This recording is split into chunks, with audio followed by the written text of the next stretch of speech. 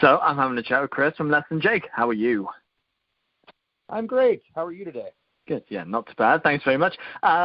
First things first, you've released a brand new album called Silver Linings. What can you tell us about the record? It sounds like Less Than Jake. You know, it sounds like us. It's the album we made about a year ago.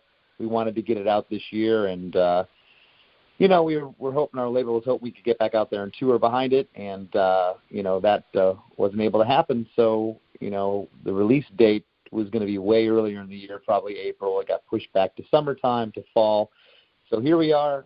Came out on December 11th, and we're really happy with it. You know, I think that if you're a fan of the band, it's undeniably Less Than Jake. You're going to love it. But I also think that we pushed the boundaries a little bit with this one. It's a big, fat rock record, and I think that if you were one of those people that never gave the band a chance or wrote us off as just some wacky ska band, you'll be really surprised. And I think this is going to turn some new fans onto this band. Good. Excellent. And since forming and starting releasing music in the early 90s, how have you as a band developed and improved on your music, basically, over the years?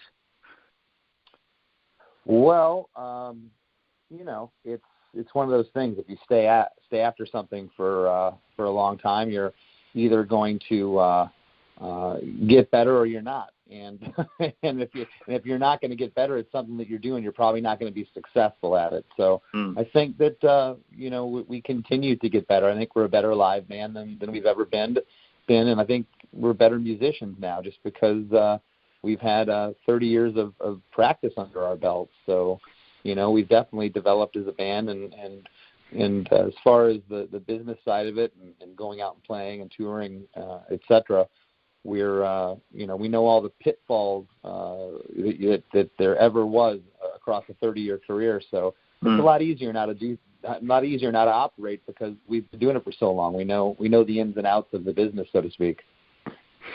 Good. And it's been 7 years since your previous full-length record. What was the reason behind taking such a big gap between the releases of albums? We put what is considered an EP, but, you know, EPs are typically 3, 4, 5 songs. We put a 7-song album out, essentially, in 2017 called Sound the Alarm. So, you know, that to me was almost a full length. We would have recorded more songs for it, but our bands never stopped touring. You know, we're one of those bands for 28 years that kept at it. So between 2013, See the Light, the last, you know, proper full length, and Sound the Alarm, which came out in 2017, we were on the road pretty much nonstop. And, you know, we did the Sound the Alarm record, and we were touring behind that, and that took us up until 2018. And our original drummer Vinny left the band in August of that year. So we were kind of at that point we were talking about making a new record. I think we would have I'm almost positive we would have had a record out in 2019, but we had to get a new drummer, and that took a minute to settle in. And then we got to writing, and like I said, the record was done last November of 2019. So it would have been out about a year ago, almost. But this year had other plans, so here we are. So there was really no reasoning behind not wanting to put a record out. It wasn't for that at all. It was just between touring and you know, having a lineup change. And then, of course, this year not being able to go out and tour, which delayed the album. That's some of the reason why it's taken so long. And how has this year been for you? Because you are a band who love being out on the road, and obviously sitting around not touring is probably a change from the norm.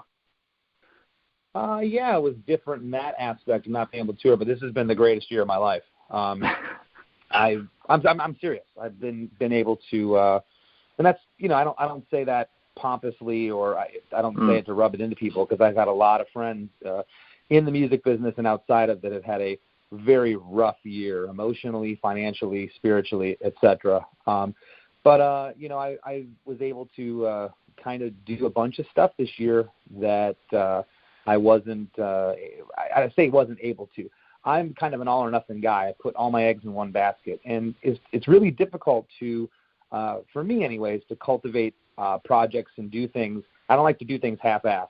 So being on the road, it's hard to do a lot of the things that I've done this year. So when I knew that we weren't going to be on the road for the foreseeable future, I dove into to a ton of stuff, and it's been great. Nice. Excellent. And looking at your shows for next year, apart from one festival you've got booked in, we're looking at the end of next year, which I think is sensible when you're back over to Europe. That's what they're saying. Yeah. I have no idea. I'm kind of operating behind the guise of I'm doing everything I can to work outside of touring right now, and I think that's the band's mindset. We're just keeping busy with projects and trying to do everything that we can as a band. There's tons of stuff to do outside of touring, which we've been really trying to put some time into, because I don't think anybody has a crystal ball of when this is all going to happen again. And so I recently told the guys, I said, let's plan on not touring for 5 years. Let's really plan on that. And and if you plan for that, then that means you have to do other stuff, and it really forces you to focus on what you can do outside of touring. And if things come back in 2, 3, 4, 5, 6 months, all the better. But you can't plan on it, because certainly no one thought it was going to go on this long. No.